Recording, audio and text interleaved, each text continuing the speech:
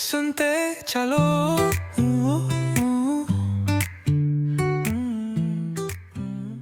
जान पहचान इंट्रोडक्शन। आधुनिक जिंदगी की भागदौड़ में हम अक्सर सच की तलाश में खो जाते हैं।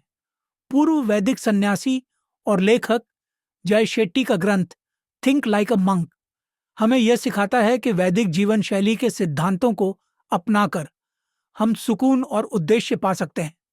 जय शेट्टी बताते हैं कि हम अधिकतर वही जीवन मूल्यों का पालन करते हैं जिन्हें हमने अनजाने में दूसरों से सीखा है, न कि उन मूल्यों को जो हमारे अपने हैं।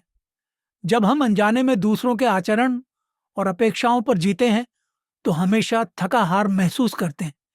इसलिए इस किताब का पहला कदम है अपनी पहचान और मूल्यों को स्पष्ट करना, ताकि हर निर्णय और कार्य आपके असल उद्देश्य धर्म की ओर ले जाए। इस सार में हम आपके लिए मुख्य विषयों के आधार पर बिंदुवार चर्चा करेंगे। जैसे जैसे आप इन विचारों को आत्मसात करेंगे, आपको दैनिक जीवन में बेहतर शांति, नियंत्रण और उद्देश्य महसूस होगा। छोड़ देना, लेटिंग गो, नकारात्मकता, अहंकार, भय। जय शेट्टी के अनुसार सोच और शब्दों में पनपने वाली छोटी मोटी नकारात्मक भावनाएं भी हमारी शांति छीन सकती हैं। वह लिखते हैं, छोटी मोटी नकारात्मक सोच और शब्द मच्छरों की तरह है। सबसे छोटे भी हमें हमारी शांति से वंचित कर सकते हैं। इसके लिए उन्होंने स्पॉट स्टॉप स्वॉप विधि बताई है। पहले अपने भीतर की नकारात्मकता को पहचानें, स्पॉट, फिर उसे रोकें, स्टॉप, और अंत में सकारात्मक तरीके से बदलें, स्वॉप। उदाहरण के तौर पर, अगर आपको गुस्सा आ रहा है तो पहले महसूस करें, मुझे गुस्सा आ रहा है। फिर गहरी सांस लें और सोचें कि आपके शब्द सच, लाभदायक, हानिरहित और समयोचित हों। फिर पुराने गुस्से भरे शब्दों की जगह एक विनम्र अनुरोध डालें। जैसे देर से आने वाले साथी से आप कह सकते हैं, आपका मेहनत करने का तरीका सराहनीय है, पर जब आप देर से घर आते हैं तो मुझे दुख होता है। कृपया समय हो तो मुझे संदेश कर दें। इस तरह आप प्रेम और समझ से बात करेंगे, बजाय ताना कसने के। गुस्सा एक और जटिल भावना है। शेट्टी बताते हैं कि गुस्सा अक्सर दर्द से उत्पन्न होता है और उसे क्षमा की शक्ति से बदलना होता है। उनका सुझाव है कि हमें गुस्से को कबूल कर उससे निपटने के लिए कागज पर क्षमा पत्र लिखना चाहिए। इसमें पहले सामने वाले के दृष्टिकोण को समझें और फिर लिखें, मैं तुम्हें इन गलतियों के लिए क्षमा करता हूं, और अंत में खुद अपनी गलतियों की भी जिम्मेदारी लेते हुए क्षमा मांगे। इस व्यायाम में जब आप पत्र पढ़कर सुनते हैं तो धीरे धीरे गुस्सा कम होता है। भाई, हम अक्सर अहंकार और दूसरों की तुलना में उलझे रहते हैं। शेट्टी कहते हैं, यदि आप अपने आप से संतुष्ट हैं तो आपको अपनी काबिलियत दूसरों को साबित करने की जरूरत नहीं है। अहंकार से हमें झूठ बोलने, दूसरों को जज करने और घमंडी बनने की प्रवृत्ति होती है। उदाहरण स्वरूप, जब कोई आपकी प्रशंसा करे तो उस पल गुरुजनों का शुक्रिया अदा करें, बजाय अहंकार पालने के। उन्होंने बताया है कि हम वो देखना चुनें जो दूसरों ने हमारे लिए किया है। जहां अहंकार काम करता है, भूलते हैं, और हम जो अच्छे काम दूसरों के लिए करते थे उन्हें याद ना करें। इससे हम विनम्र रहते हैं। वस्तुओं और उपलब्धियों से भी लगाव कम करें। याद रखें कि ये सब अस्थायी हैं और हमें ज्यादा बड़ा नहीं बनाते। इन सभी कदमों से हम नकारात्मकता, डर और अहम से मुक्त होकर आंतरिक शांति पा सकते हैं। श्री शेट्टी का संदेश है कि जब हम इन बुरी आदतों को छोड़ते हैं और विश्वास से सकारात्मक राह चुनते हैं तो हमारे भीतर शांति और स्वतंत्रता पैदा होती है। छोटी मोटी नकारात्मक सोच को पहचान कर इसे सकारात्मक में बदलें। पहचान और उद्देश्य, आइडेंटिटी एंड धर्मा। पहचान और उद्देश्य का क्षेत्र धर्म की खोज है। सबसे पहले अपने मूल्यों को स्पष्ट करना चाहिए। जय शेट्टी बताते हैं कि हम में से अधिकांश ने कभी यह तय नहीं किया कि हमारे लिए क्या महत्वपूर्ण है। हम बस अनजाने में दूसरों के मापदंडों को अपनाकर चलते हैं। इसलिए वे सुझाव देते हैं कि अपनी जीवन प्राथमिकताएं लिखें, उनके स्रोत पहचानें और देखें कि क्या वे आपकी असली पहचान से मेल खाती हैं। इस प्रक्रिया के बाद जब आप अपने मूल्यों के अनुसार समय और धन खर्च करते हैं तो आपका जीवन अधिक अर्थपूर्ण बन जाता है। अपने उद्देश्य धर्म को समझने के लिए शेट्टी एक सूत्र देते हैं। धर्म छाछ पैशन प्लस विशेषज्ञता प्लस दूसरों की जरूरत। उनका कहना है आपका पैशन आपके लिए है, आपका उद्देश्य दूसरों के लिए।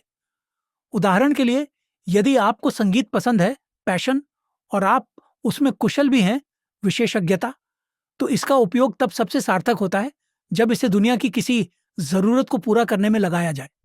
शेट्टी एक उदाहरण भी देते हैं। जब आपकी प्राकृतिक प्रतिभाएं और रुचियां वर्ण ब्रह्मांड की जरूरतों सेवा से मिलती हैं और उद्देश्य बन जाती है, आप अपने धर्म में जी रहे होते हैं। इसके साथ आप दुनिया में कुछ सार्थक कर रहे होते हैं और संतुष्टि महसूस करते हैं। उदाहरण, कई सफाई कर्मी अपने काम को रोजमर्रा का और उबाऊ समझते थे, लेकिन उन्होंने अपने दृष्टिकोण को बदला और अपने कर्तव्यों में अर्थ जोड़ लिया। वे मरीजों के लिए साथी बन गए, बुजुर्गों को रूम में ले जाकर कंपनियां दी, आदि। उन्होंने अपने आप को सिर्फ सफाई कर्मी की जगह हीलर, चिकित्सक और दूत समझा। इससे उन्हें अपने काम में वास्तविक उद्देश्य और संतोष मिला। अपनी पहचान और उद्देश्य को समझकर आप अपनी ऊर्जा को चौथी खाई की ओर मोड़ सकते हैं।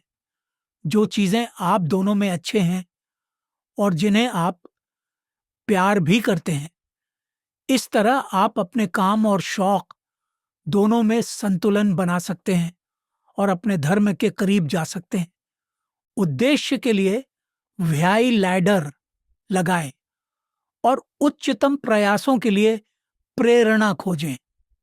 मानसिक प्रशिक्षण, ट्रेनिंग द माइंड, माइंडफुलनेस, सावधानीपूर्वक जागरूकता इस पुस्तक की रीढ़ है। जय शेट्टी कहते हैं कि हमारे विचार आकाश में बादलों की तरह है और हमारी असल पहचान सूर्य के समान स्थिर है। इसका अर्थ है हम अपने विचार नहीं हैं, हम उन पर दूर से गौर कर सकते हैं। जब नकारात्मक विचार आए, उन्हें मैं गुस्सा हूं की जगह मैं अभी गुस्सा महसूस कर रहा हूं कहकर देखें। इससे आप अपने इमोशन से अलग हो जाएंगे, मानो एक मित्र की तरह बर्ताव कर रहे हों और उससे लड़ाई नहीं कर रहे। मन की देखभाल। जय शेट्टी ने सुझाव दिया है कि हमें अपनी मंकी माइंड, उत्साही पर नियंत्रणहीन मन को एक सहयोगी के रूप में देखना चाहिए, न कि शत्रु। यदि मन कहे तुम नहीं कर सकते, तो इसका शांतिपूर्ण जवाब हो सकता है, मैं सीखने की कोशिश कर रहा हूं, मुझे समय मिलेगा। इस तरह से बार बार दिमाग की आंतरिक आवाजों का सकारात्मक पुनर्लेखन करें।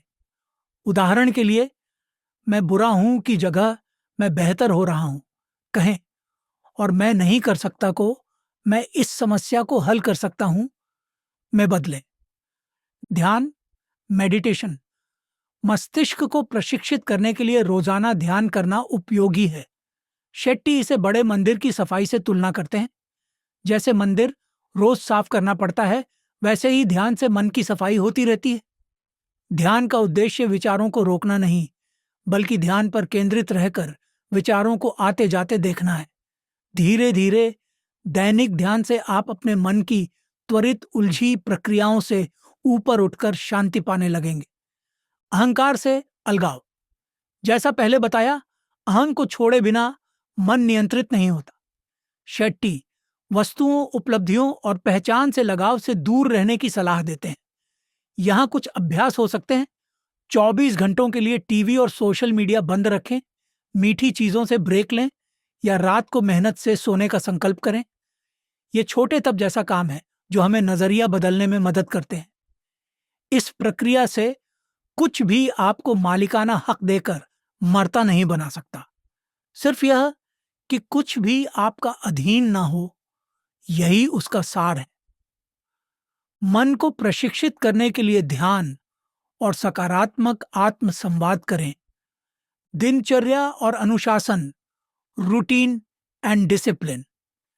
जय शेट्टी के अनुसार एक सशक्त दिनचर्या रोजाना की ऊर्जा और सकारात्मक प्रवाह के लिए जरूरी है।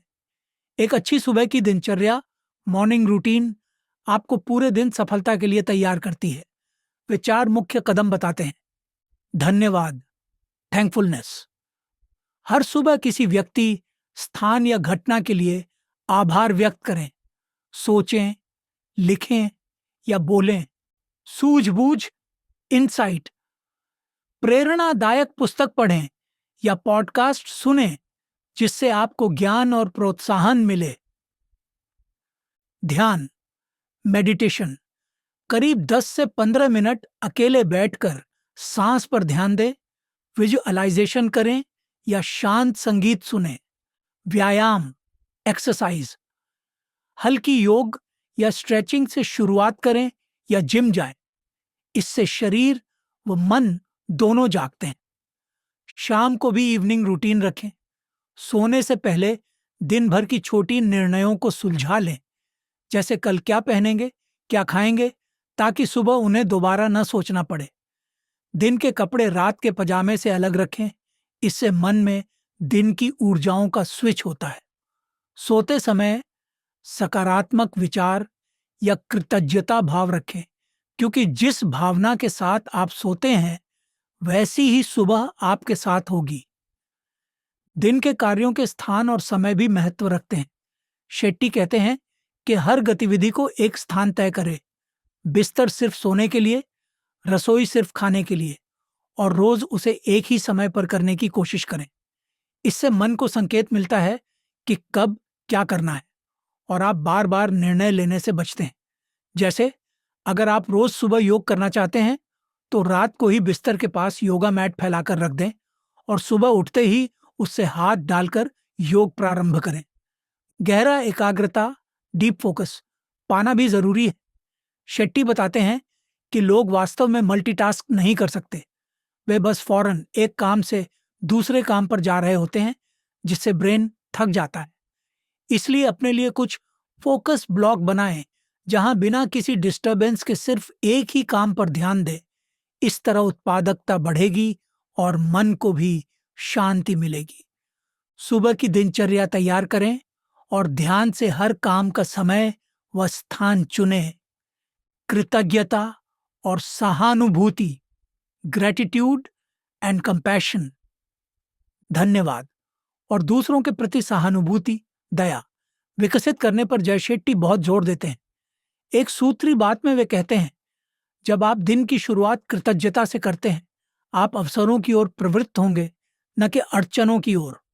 आप शिकायतों की जगह रचनात्मकता की ओर खींचे जाएंगे। अध्ययनों से पता चला है कि कृतज्ञता हमारे मानसिक स्वास्थ्य, आत्म जागरूकता, संबंधों और संतोष से जुड़ी है। जब हम सच में आभारी होते हैं, हमारा दिमाग डोपामाइन छोड़ता है, जिससे हमें अच्छा महसूस होता है और हम फिर से उस भावना को पाने के लिए प्रेरित होते हैं। शेट्टी कहते हैं कि आभार का मतलब है हर चीज की मूल्य को पहचानना, चाहे वह धन दौलत से परे हो। भोजन शुरू करने से पहले उस पर शुक्राना अदा करें या पुराने संघर्षों से मिली सीखों के लिए आभारी रहें। उदाहरण, एक बार उनके गुरु ने क्लास में पूछा कि हमारे जीवन में ऐसी कौन सी घटना है जिस पर हमें खुद को दंडित समझने की जरूरत नहीं थी। सभी ने अन्याय और प्रताड़ना की गलतियां बताईं, पर गुरु ने कहा कि उन्होंने उन भाग्यशाली लम्हों के बारे में कुछ नहीं कहा जो हमें बिना श्रम के मिले थे। शेट्टी को तब याद आया कि बचपन में उन्होंने एक नाली में कूड़े में खाना खोजती एक हाथहीन बच्ची देखी थी।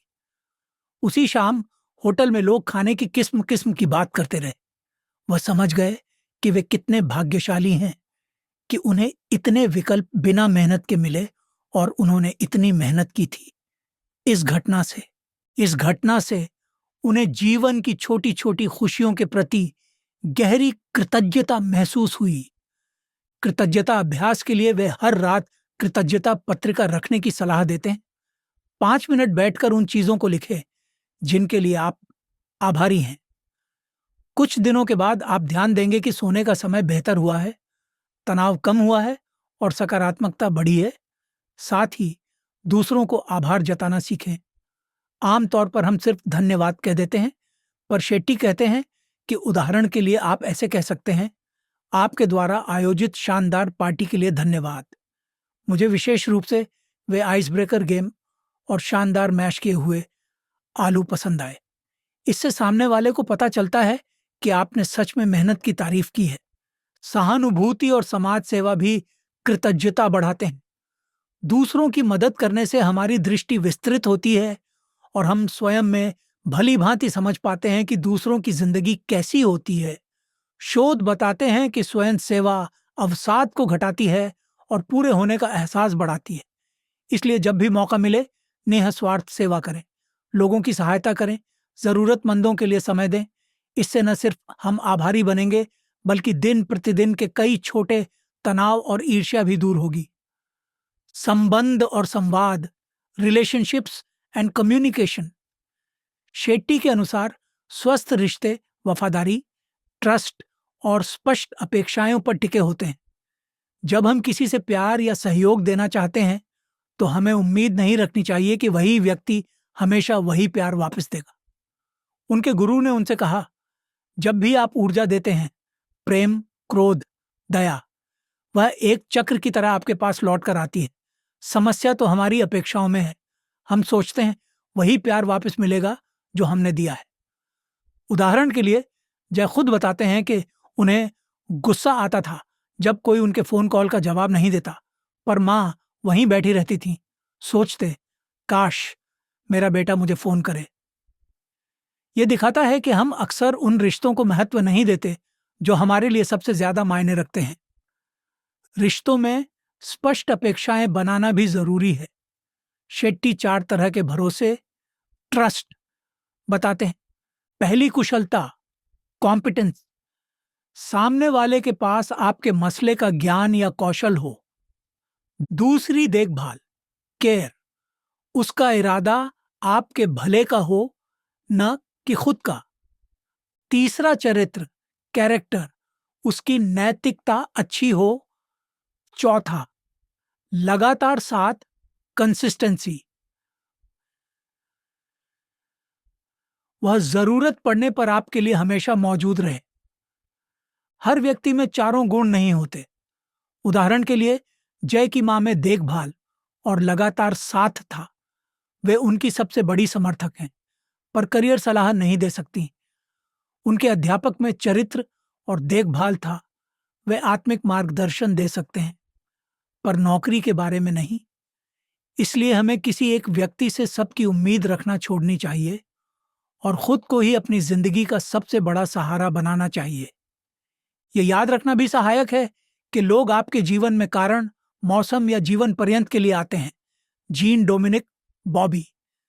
कुछ लोग किसी खास मकसद के लिए, जैसे काम का साथी या गुरु, कुछ एक सीमा के लिए, जैसे स्कूल के दोस्त, और कुछ आजीवन परिवार जीवन साथी के लिए होते हैं। इससे हम अव्यवस्थित उम्मीदों को संतुलित रख सकते हैं। रिश्तों में पारदर्शी संवाद और ट्रस्ट के प्रकार समझें।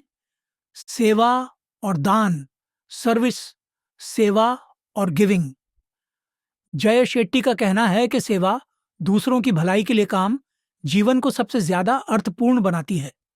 भगवत गीता का यह सिद्धांत उद्धृत करते हुए वे बताते हैं, अज्ञानी लोग अपने लाभ के लिए काम करते हैं, बुद्धिमान लोग संसार की भलाई के लिए कार्य करते हैं।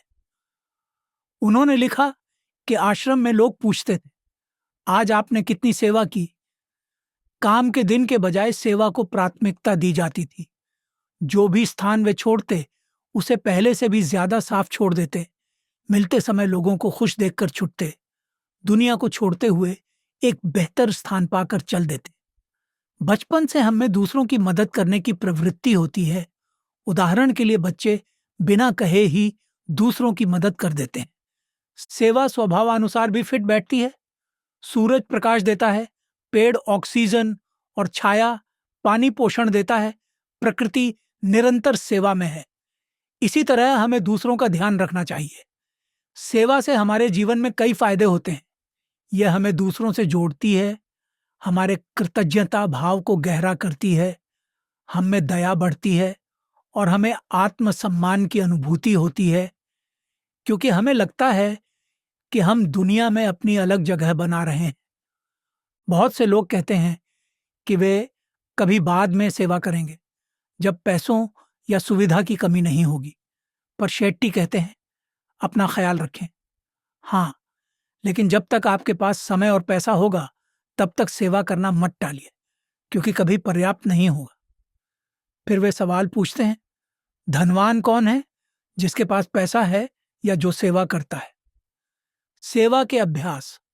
जय शेट्टी सलाह देते हैं कि अपने देखभाल के दायरे को बढ़ाएं। पहले उन 4 से 6 लोगों की सूची बनाएं जिनके लिए आप तुरंत कुछ भी कर सकते हैं। फिर उन 20 लोगों या समूह की सूची बनाएं जिनकी आप कुछ मदद कर सकते हैं, जैसे कभी कभी मिलने वाला सामुदायिक संगठन या जरूरतमंद वर्ग। इस सूची को ब्रश करते वक्त प्रयोग करने वाले आईने पर चिपका दें, ताकि दिन में 2 बार आपको याद आए कि उन्हें कैसे सहायता कर सकते हैं। यह अभ्यास आपकी सेवा की प्रेरणा को रोज जगाएगा। सेवा में वापसी की इच्छा नहीं रखनी चाहिए। जब हम अपने निस्वार्थ इरादे से दूसरों की मदद करते हैं, उनकी खुशी हमारी खुशी बन जाती है। हमें याद रखना चाहिए कि जो भी हम दूसरों को दे रहे हैं, चाहे वस्तुएं हों या ऊर्जा, वह पहले हमें ही दिया गया था। इसलिए वास्तव में त्याग करना मतलब है किसी उच्च उद्देश्य की सेवा करना। यदि आपको समझ ना आए कि किस क्षेत्र में सेवा करें, तो अपने दिल के दर्द का अनुसरण करें। पिछले जीवन के ऐसे 3 पल लिखें जब आप खोया हुआ या असहाय महसूस करते थे। देखें कि उन दर्दों को ध्यान में रखते हुए आप किस सेवा के काम में योगदान दे सकते हैं। ऐसा काम जो आपके धर्म से मेल खाता हो। जय शेट्टी के शब्दों में, जब आप सेवा में लगे रहते हैं तो शिकायत करने और आलोचना करने का समय नहीं मिलता। जब आप सेवा में रहते हैं तो आपके डर खत्म हो जाते हैं। जब आप सेवा में रहते हैं तो आप आभारी होते हैं। आपके भौतिक आसक्तियां घट जाती हैं। सेवा ही अर्थपूर्ण जीवन का सीधा रास्ता है। निष्कर्ष। थिंक लाइक अ मंक हमें बताता है कि अपना दृष्टिकोण बदलकर और मन को प्रशिक्षित करके हम अपने भीतर और जीवन के उद्देश्यों में गहराई ला सकते हैं। जय शेट्टी की शिक्षाएं बताती हैं कि नकारात्मकता, अहंकार और डर को छोड़कर हम अपने वास्तविक आत्मा से जुड़ सकते हैं। अपने मूल्यों को स्पष्ट करके और उन्हें अपने दैनिक कामों में उतारकर हम अपने धर्म, जीवन के उद्देश्य की ओर बढ़ते हैं। माइंडफुलनेस और ध्यान से हम अपने मन को नियंत्रित कर सदा बाहर शांति पा सकते हैं। सुबह और शाम की दिनचर्या हमें आत्म अनुशासन देती है, और कृतज्ञता और सेवा का अभ्यास न सिर्फ हमारे संबंधों को मजबूत करता है, बल्कि हमें गहरी संतुष्टि भी देता है। इन विषयों पर आत्मचिंतन, साधना और अभ्यास से हम रोजमर्रा के जीवन में बदलाव महसूस करेंगे। जय शेट्टी की इस पुस्तक का सार यही है कि जैसे सन्यासी अपना मनोबल विकसित करते हैं, वैसे हम भी अपने जीवन को मठविहीन सोच से भर सकते हैं। यही ज्ञान आपको हर दिन शांति, उद्देश्य और आनंद से भरने में मदद करेगा।